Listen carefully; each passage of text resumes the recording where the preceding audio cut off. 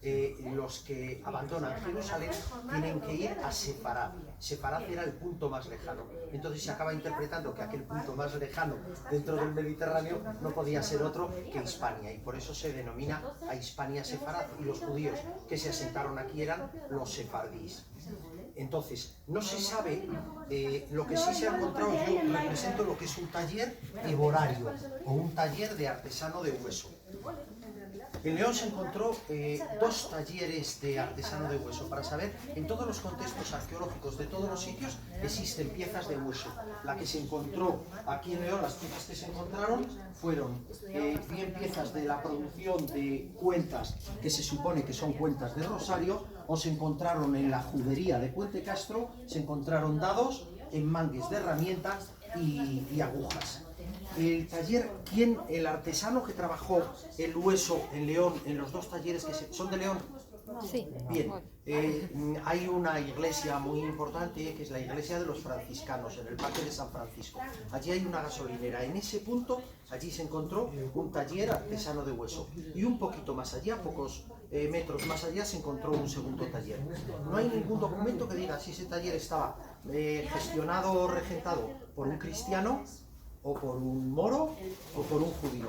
Pero lo que es cierto es que estaba ubicado en lo que era la aljama de la judería, con lo cual posiblemente fuese, aunque no hay ninguna posibilidad de documentarlo. Es más, se piensa que podría ser un taller volante, un taller que se desplazara de un sitio a otro, porque los utensilios que necesita un artesano para trabajar el hueso son utensilios muy sencillos, utensilios que consisten en sierras, en limas, en punzones, en tornos es decir, elementos muy sencillos, y que era la virtud del artesano la que podía desarrollar las piezas. ¿Con qué trabajaban? Trabajaban o con hueso, normalmente hueso de animales mayores, los huesos largos, porque estos huesos largos cuando son serrados dan bastante grosor, la cortical es bastante gruesa y pueden trabajar. También lo hacían con cuerno y también lo hacían con marfil.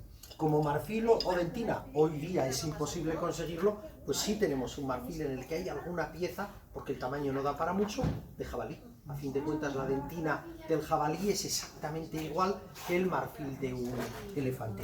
En este momento, a nivel mundial, de que esas maravillosas piezas de marfil, eso se llama arte eborario, que se están destruyendo. Se ponen máquinas y se echan porque con esto se quiere crear una conciencia de que antaño se utilizaba el marfil como el hueso del elefante, como el hueso de la ballena, después de haber sido cazado para la alimentación. Pero hoy extinguir una especie solamente pensando en desechar todo el resto del elefante que no se necesita para la alimentación, solamente por el marfil, para unos trabajos artísticos, parece que es una locura.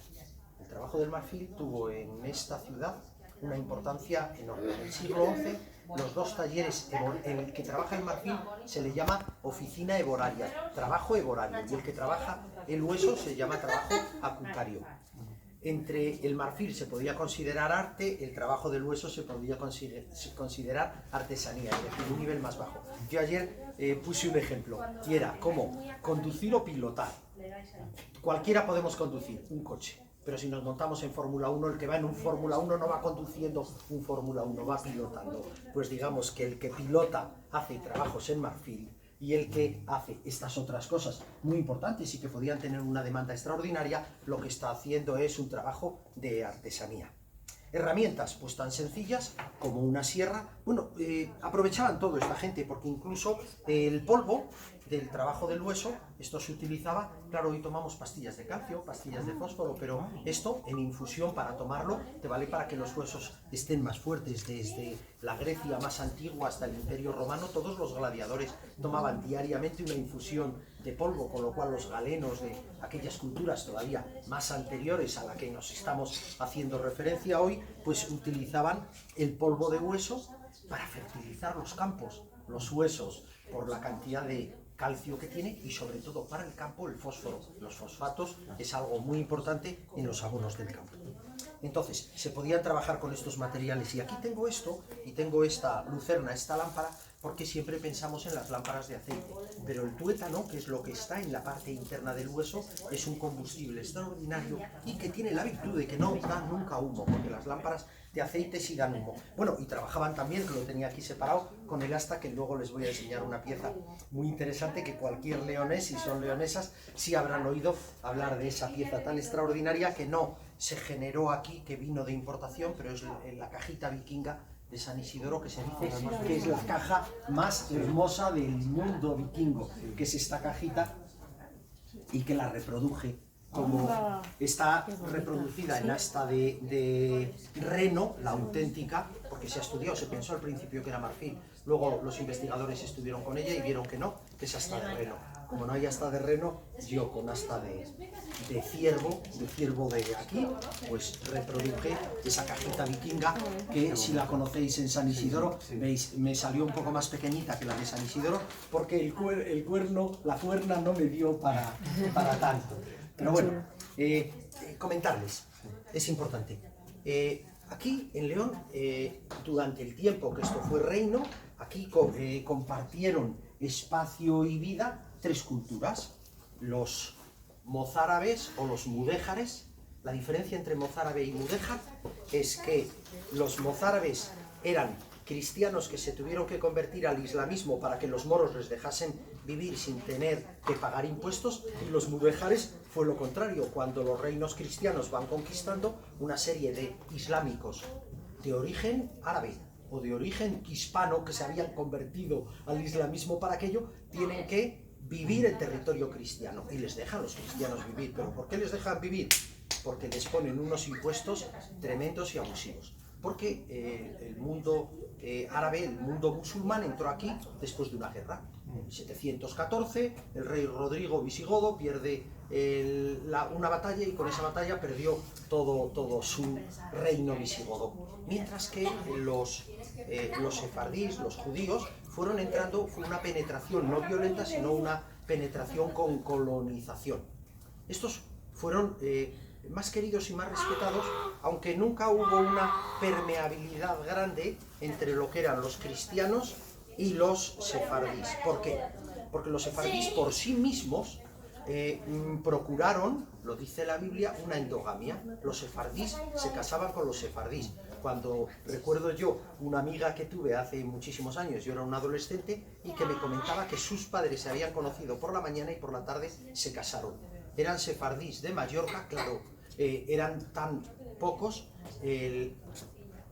Una anécdota. Cuando a alguien le cuelgan un San Benito, ¿a qué le suena eso? Un problema. Colgar el San Benito, que te culpan por algo que no tienes.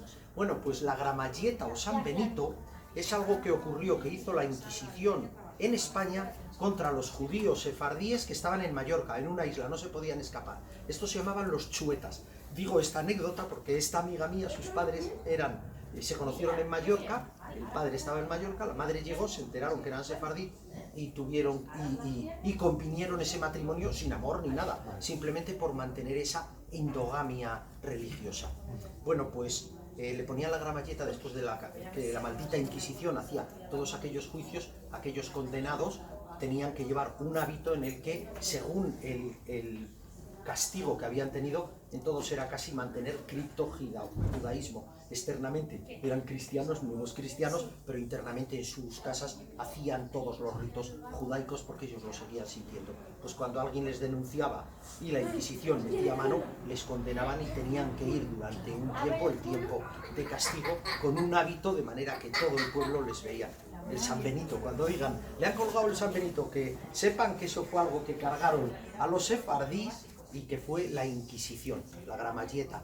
Incluso en la catedral de Palma de Mallorca, en una de las columnas, o en varias de las columnas, por lo menos en una sí, porque he visto la imagen, existen los nombres de todos aquellos que habían sido juzgados y condenados al tipo de condena que sea. Quiero suponer que no mucho más allá de llevar la Gramalleta o el San Benito durante un tiempo para escarnio propio y que fuese de dominio público. Bien, las herramientas tan sencillas como una sierra para ir cortando las piezas, un taladro para ir marcando, porque si se fijan en los dos talleres han aparecido, y yo les invitaría a que viesen el Museo Arqueológico de León, porque hay una vitrina en la cual hay 200 y pico tablillas de estas, en las cuales están, si se fijan, en esta que está a medio hacer, se hace un agujero por los dos lados y luego se empieza a utilizar una pieza, pues en esta que no está marcada, empiezo a hacer y empiezas a desgastar por un lado y por otro. Lo estoy haciendo con pieza manual para que sea más por un lado y por otro, y se va desgastando por un lado, por otro, por un lado, por otro, hasta que ya queda prácticamente roto por los dos lados y ya se desprende la cuenta. Solamente me falta pulir los laterales para convertirlo en un elemento cristiano.